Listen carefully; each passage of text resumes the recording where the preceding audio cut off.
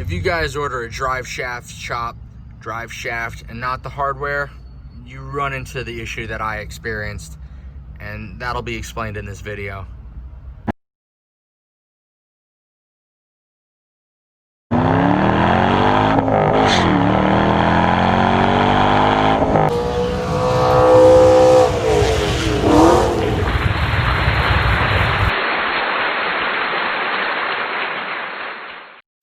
Hey guys, what's going on? So, to update you on the drive shaft install, here's the two different sizes of bolts. You'll have the OEM versus the drive shaft shop with a washer on it. So basically, here's the difference between the sizes, and as you can tell, there's a significant size difference of just the very tip of the bolt. So that was my issue that I was running into.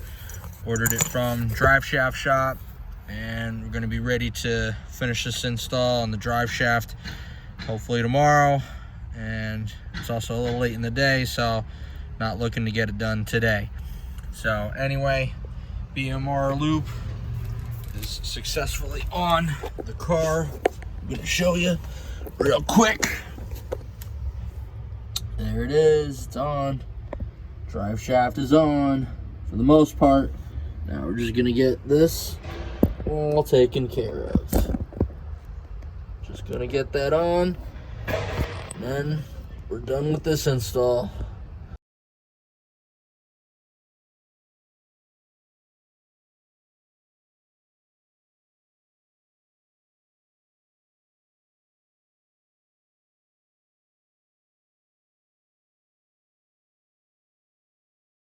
Hey guys, so before we conclude today's video, I wanted to show you the difference of the OEM style bolt versus the drive shaft shop. So both are still a hex pattern, but I just wanted to show you the differences a little bit more before we conclude today.